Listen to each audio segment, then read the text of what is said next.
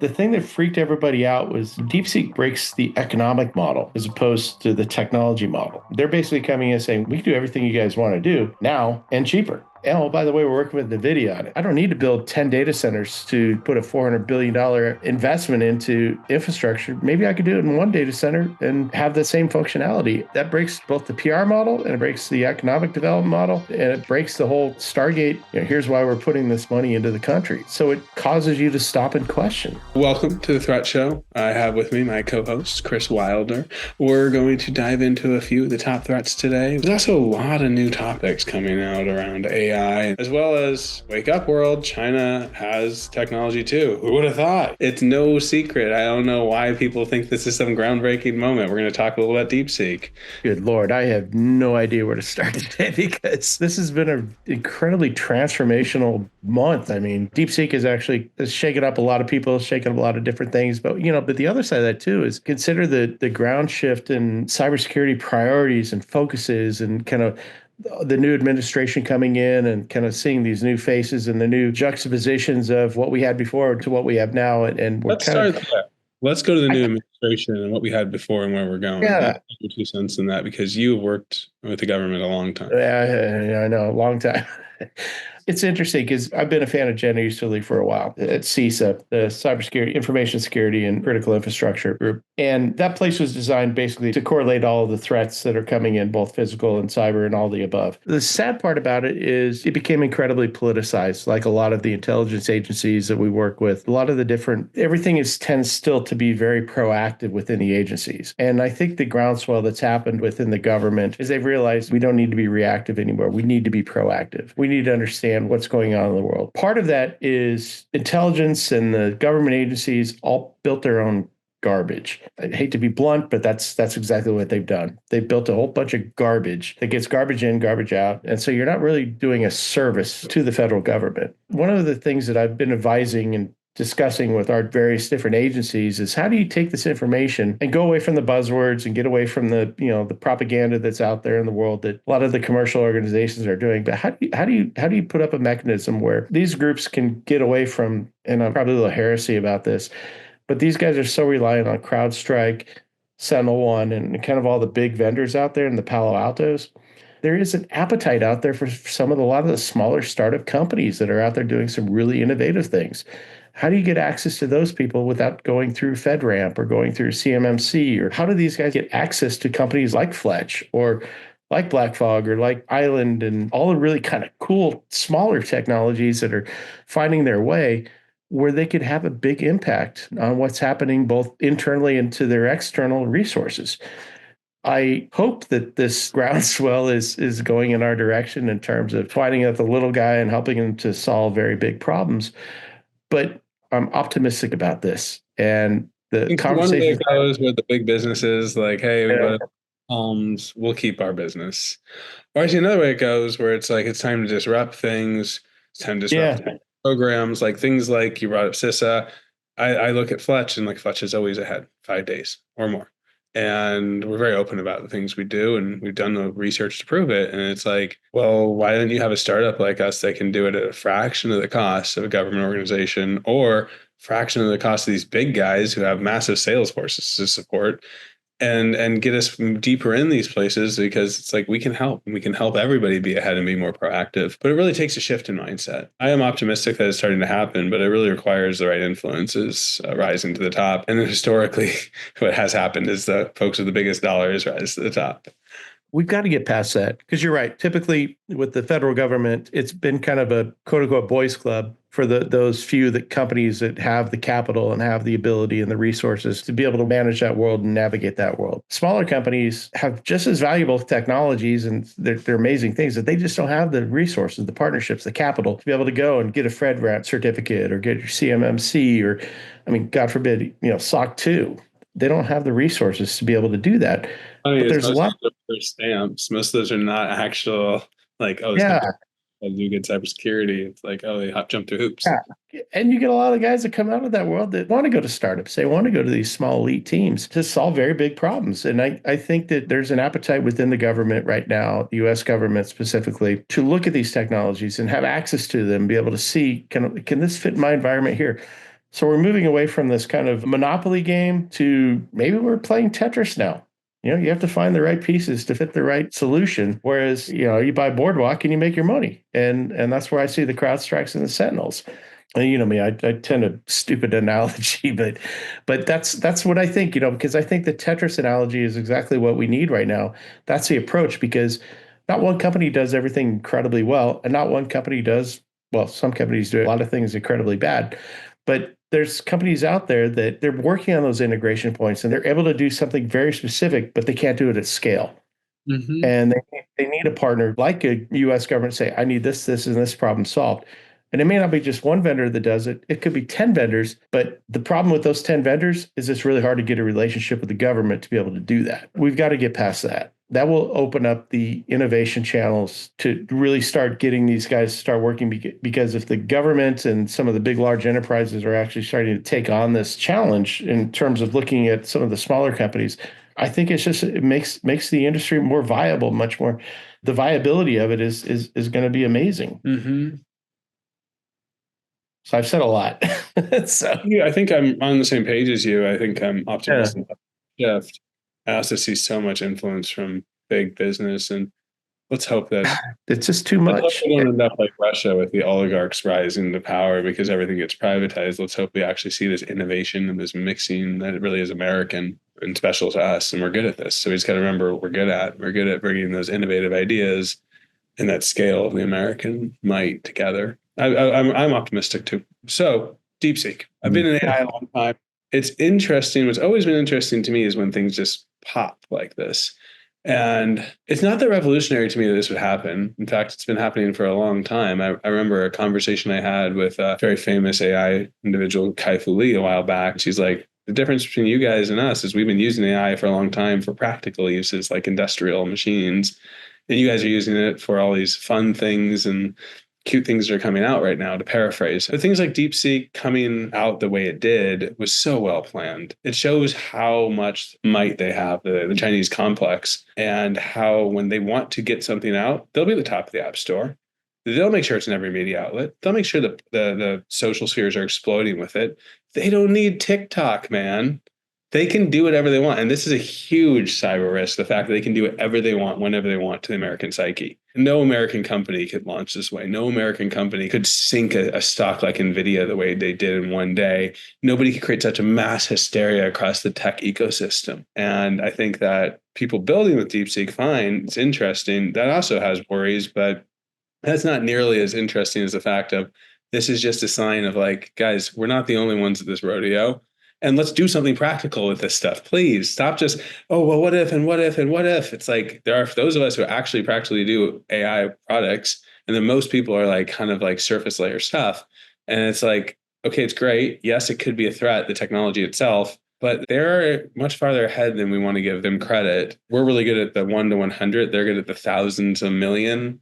Like they're good at that scale stuff. And it's like Apple's gone there to go scale the iPhone. Like Apple basically gave them a recipe for electric cars and walked away. We just have to remember they're mighty and it's not bad. And I think there are ways we could work together, but instead we look at it like this. This is just a good wake up call. And it's also helpful in a lot of ways, just like, can we build practical things? Anyways, I could go talk about security things. I could give all sorts of conspiracy theories. What do you got, Chris? Well, I mean, the timeliness of the big announcement of Stargate, which I think is 100% needed, and it's awesome. And I think that we've got a lot of cool innovation coming online, and a great way to spend a whole ton of money in the Northern Hemisphere.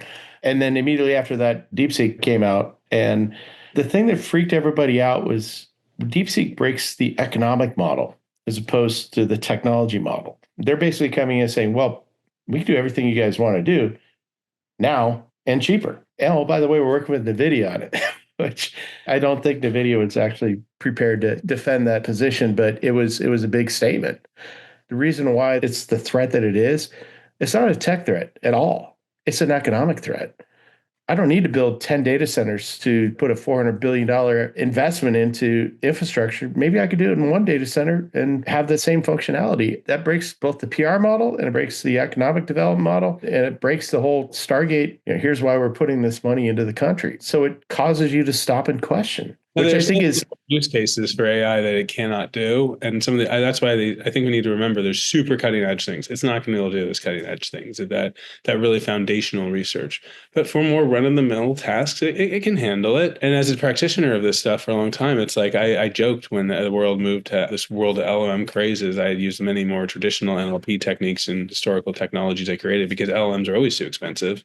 Now the price has come down enough, but still, if you're building a company on LLMs, you got to sell $1 million deals.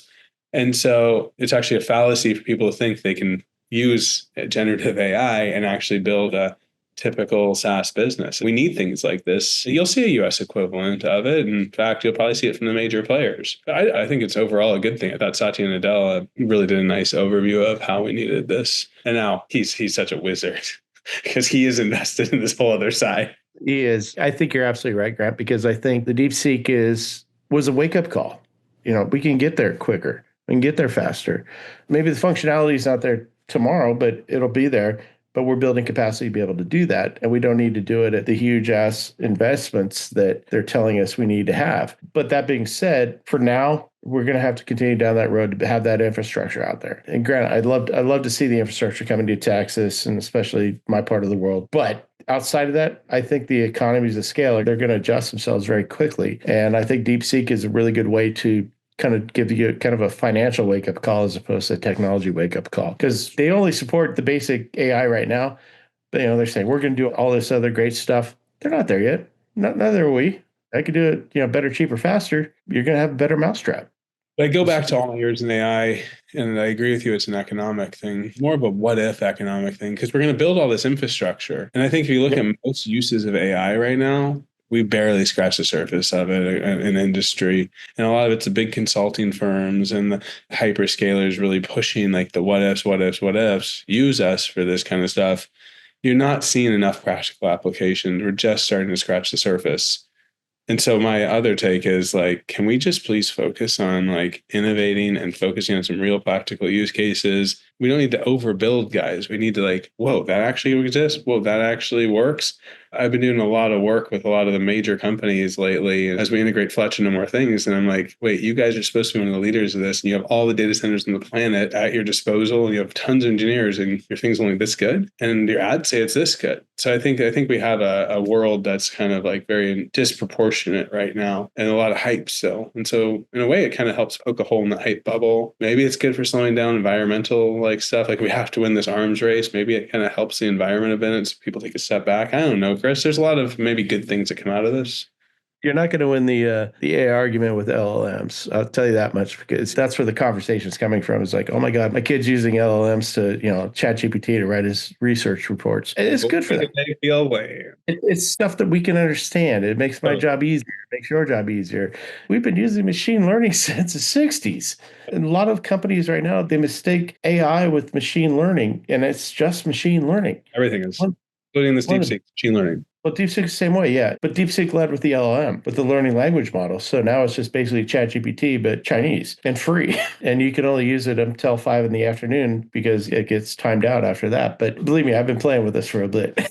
But the machine learning side, a lot of the companies that are not American-based companies like SAP and IFS and all the big ERP type companies have been using machine learning forever to build better products and build better maintenance programs. And for example, IFS, a Swedish ERP company, probably one of the most innovative ERP guys in the industry right now. They've been around forever. Everything is modularized within the organization. But one of the cool things I like about them is the fact that they're using machine learning, which they now call AI, but like in the Scandinavian countries, what they're doing is they're using that to track information off of sensors for trains in Norway. So when the train door shuts, as it gets closer to having to have maintenance, the pressure of the door shutting changes. So they know when to take a train off the track and put another one on there to take it off for maintenance. And now you're not getting any degradation in service, and you can maintain this train and then fix it. Because apparently there's a lot of things you can understand about the heuristics of a sensor hitting a door when the door shuts. That's a science I really don't understand. But they're using machine learning to find those anomalies, take the train off the track, put another one on. So now you have continuity of service. And now you can fix that one and put that one on. And so now you're not getting any stoppage. Those are the amazing applications that you can use right now, but those are still machine learning. They're not AI. But actually, I like what you just said. I really think there's a rise, and this is nothing to do with cybersecurity, but it's one of my hypotheses is we need more mechanical engineers, because one thing that AI does is allows mechanical engineers who don't necessarily love writing code to write code. And they're the ones who understand the sensors. They can build the sensors and they know how systems work out there in the real life. And so I think we're in a world now where it's like, we can't just build these chat generative things in isolation. We need a lot more sensors from the real world. I don't think there's enough talk about that. And also, it's an IoT risk, right? It's a security risk as well, but we need a lot more of it. We need to modernize that infrastructure if we're going to do more in the factory or do more in the train system. You're basically, in this entire podcast, you're going to make me persona non grata in the cybersecurity industry. We don't need more developers. We have plenty of developers. We're good to go. We need folks that can actually articulate business outcomes, how this solves that problem that's on your desk as a CISO or as a practitioner. Understand what you've got, what you're doing. And you're absolutely spot on, Grant. We need more engineers. We need guys that can actually take the parameters, engineer these solutions, and then let those guys loose on this stuff. But the engineers are the ones that we need more of. And you're spot on with that. And there's the CIS and engineering side. Those two worlds don't touch a lot, especially with mechanical engineers. Our guys understand bits and bytes. These guys understand bolts and wrenches. I think it opens up because their minds think like that. I think it opens up this stuff to the real world. That's going to be very exciting. I think you said something else really important there for cybersecurity, and I want to double click on that. Selling what's old is new. And I think that's something people don't really realize either. As we have these newer technologies, you need to be able to work them into existing workflows. You need to be able to paint that picture. As much as you want everything to be automated and self-serve, I think it's really important to go back to like actually being able to solution and architect things with these companies, especially for our smaller companies. We got to remember that we want everything to be easy because we're like super smart and we automate everything. The world's not there yet. So we want to bring these newer solutions to the world. We got to help the world get there. And I know as founders and entrepreneurs and CEOs and CTOs and all that, we get wrapped around the tech. Understandable. You're going to get me fired from my job. But Israelis are the worst at this. They get completely enamored with the technology, but they suck at the marketing. I love them to death because they have the best technology, but they don't have the best marketing people in the world because of the fact that I've been working with them for 20 years. You always know where you stand with them. It's very, this is what you said, this is what you're going to do. And they don't really have the time and appreciation for marketing. And then the renaissance that we need from a marketing perspective in cybersecurity is everything is a Me Too thing. You could go to RSA, you go to Black Hat, you can go to all the different shows, and you'll see the exact same message on every single freaking booth for that theme of the year. One year it was zero trust. The next year it was AI.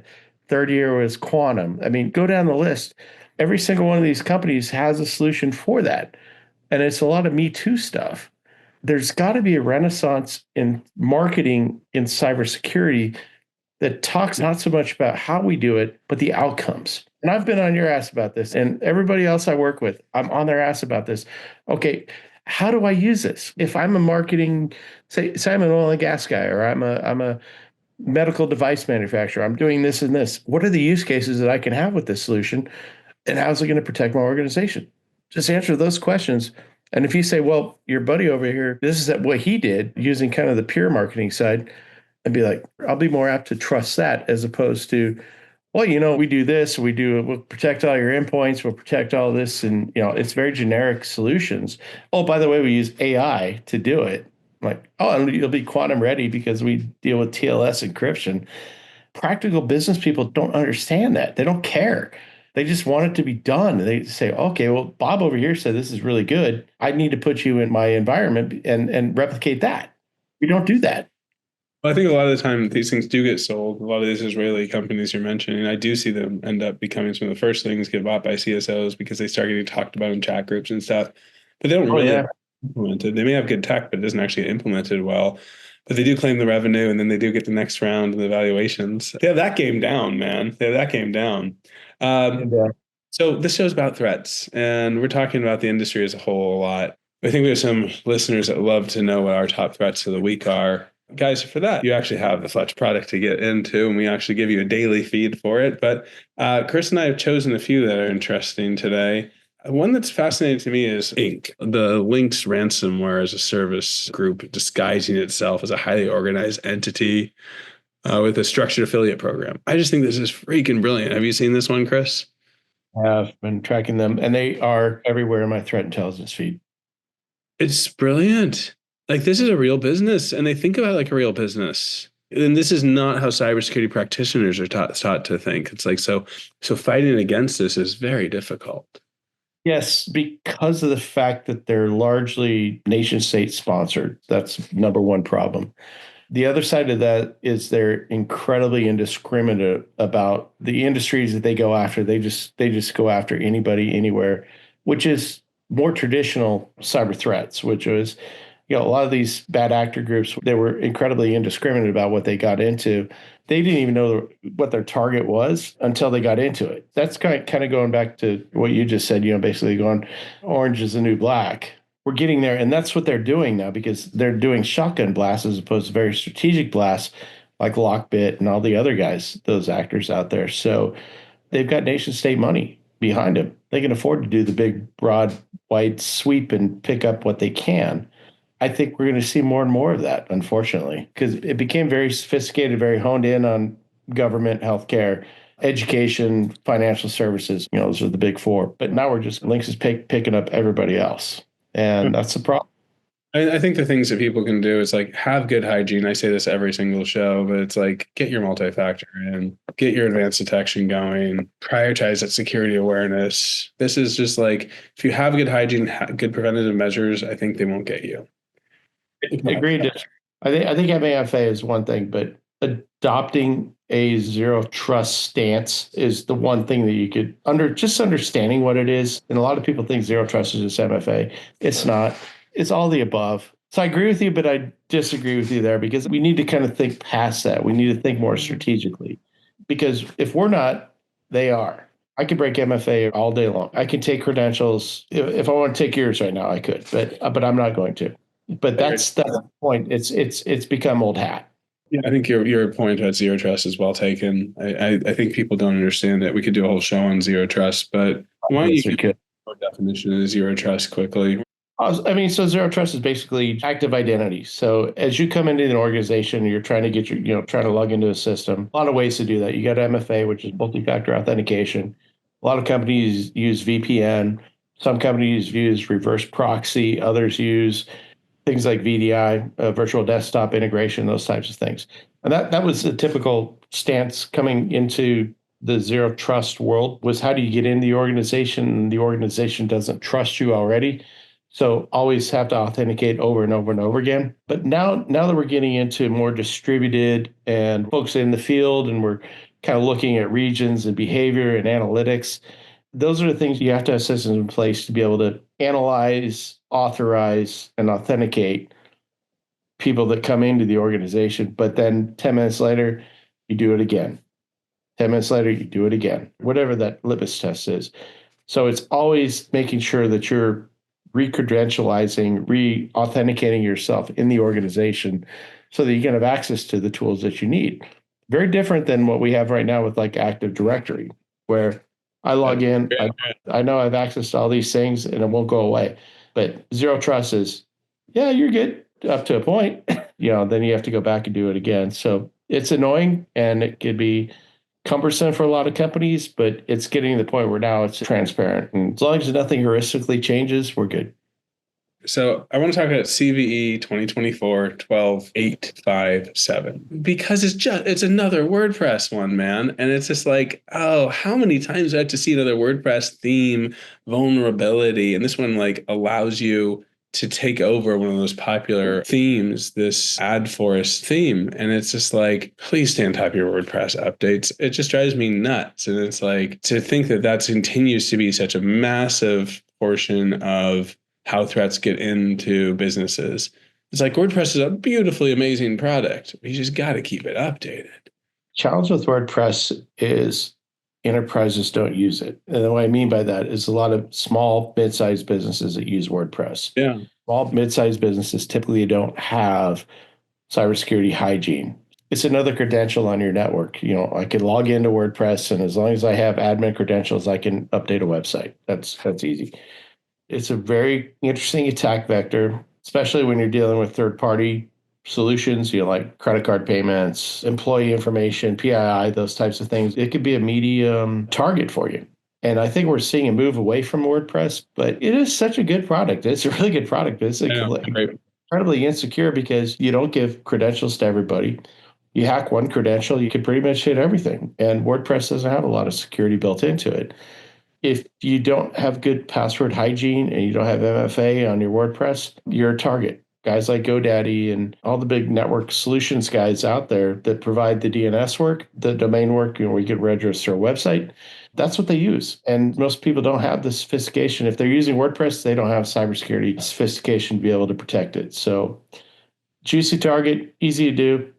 I would go after that all day long as a hacker. Patch. So at Fletch, we started releasing the 20 most targeted technologies every month. And in January, it's like WordPress is number 2, Microsoft's number 1. But then you have some new players in this. You have things really popping up here that wouldn't be as expectant. Things like Drytech coming up as number 14. Like you're seeing these technologies that are used by bigger businesses and they're less obvious. It's not just the Apples and the WordPresses. Sure, those are here, but you're starting to see some new ones pop in. And it's interesting to see, and it's showing back to your ubiquity thing, Chris. What do you think about the way things are changing? Do you think that we're going to see a lot more new things targeted and a lot more of that shotgun approach to more specialty things because it's easier to get at these?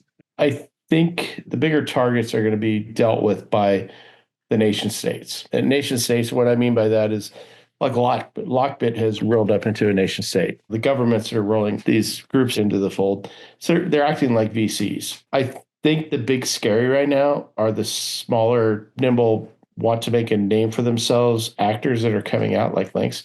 They're going to be doing shotgun blasts. Where I see the biggest challenge or the biggest gap right now is in that world where small business meets mid-sized business.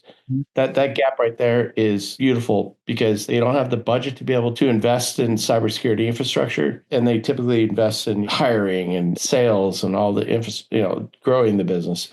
That's the gap where I would hit, because if I hit these guys, I'll get the keys to the kingdom and nobody will ever know. And I'm dealing with right now that's doing that, where they're in that gap and they're realizing that, holy cow, they're getting hammered right now. And I wonder if it's in a world where the bigger companies actually sponsor, because of the supply chain, sponsor these folks to actually have better security. And like, I've tried to get these folks to want to do it for a long time. They just don't have the time or budget, just like you said. So could we figure out ways to help them? The key word you said there was supply chain. When I look at supply chain, I look at third-party risk. So I have to share information with my supply chain because now you're getting bigger. You have to integrate partners. You have to integrate all these different third-party components into it. And a lot of these guys don't have that same security posture that you might, or maybe they're better. I don't know, but we're seeing this kind of third-party risk management world, which is destroying a lot of that mid-gap that I was just talking about, because now you have to deal with partners and you don't know what the partner organization has. If they get breached, do you get breached? Data sharing side of it. That's the biggest vulnerability I see right now is growing companies. Big companies are okay. Small companies, nobody cares about them because they don't really do anything. But that mid-enterprise side, you're going to see a lot of activity in 2025 because that's where the money is. That's where the data is. Okay, let's rapid fire these next 3. So CVE 2024-52320, targeting the plant WGS 804 HPT industrial switches. This is found by Clarity researcher a while back, and this researcher basically found these industrial switches. Now, once again, earlier we were talking about industrial and AI. We need these searches. We need this IoT to be protected. This is hard stuff to do. These are big companies, but also smaller companies are using these things too in that kind of no man's land, Chris. And so it's like, how are they going to go and update their switches? They probably literally can't. No, they can't. You're seeing a lot of issues in that world, but also in the services world in terms of integrating with PLCs and OT systems and operational technology systems that control power plants. I mean, we just haven't paid a lot of attention to that. And we haven't paid attention, but bad guys have. Totally. And I think they're going to continue to doing it. So moral of the story is here, folks, you got to switch, keep it updated, keep it behind firewalls, keep it secured, figure out what you can do. What else, Chris? So last year, it's funny because we were talking about switches, firewalls, and access points, APs. CISA was coming out saying, just get rid of these things. Email gateways was the big one, the first one. Just unplug them because they're garbage. They're cybersecurity threats. We'll see a lot more of that this year. I think that's good. But the other side of that is, number one, make sure your switches are updated. You're right, patching and all that, keep them updated. but also continually monitoring on them all the way from the firewall to the switch, all the way through the stack, because the attacks are getting more sophisticated. Everything right now is north-south. So you have to make sure your north-south is squared before you now can start worrying about your east-west. And what I mean by that is typically an attack will come in through your stack, which is, your network stack, your data stack, your applications, all that. You can't really stop those. That's a win, not if. But then the next step is you might not be able to stop that, but you can control what they do east-west. So east-west is how they get into the data and how they get into the infrastructure. So we've got to get better at protecting the stack. And it goes all the way from not just applications and cloud and stuff like that. But we got to have better control of our TLS, our encryption, and all those things. That will help a lot. I agree. All right, another rapid fire CVE 2025-24085. This one's brand new, and this one has to do with just really simple. Apple.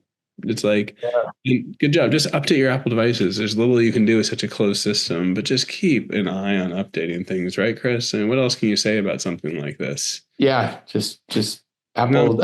It's such a closed system, but like just watch these things and keep those devices updated. And this goes back to user education across your company. Update and educate and make sure people are updating their personal devices. Oftentimes they're accessing company things through personal devices, even if you don't want them to. Make sure people are updating things. Give them those bulletins. When the OEM tells you that you need to update it, especially if it's a security update. A year ago, I would have never said that. And the reason why I say that is just looking at like some of the OEM guys, the hardware guys, they don't know how to update their stuff. It's hardware. They think it's secure. But Apple devices, you remember this with Darian and myself. We had the Super Bowl of 0 days on iOS and Chrome. We're kind of going through that. It's like, who's going to get hit more? And Android was one more than Apple. So we had the bet. And I think I have to buy Darian a hamburger or something like that. I don't know what it is. But hilarious. He called out Android. I called Apple. I said they'll have more. But anyway, so that's the... It's good to end on something obvious, Chris. We did such a good job at the beginning. We were so rapid fire. We were so on top of it. We gave so much wisdom. Now we're just going on. So we should just save some more for next time. Folks, to recap, the government policy, the government changes, Chris laid it down beautifully. Talked about DeepSeek and the changes there. And so there's some fun wisdom to be shared, maybe some unique points.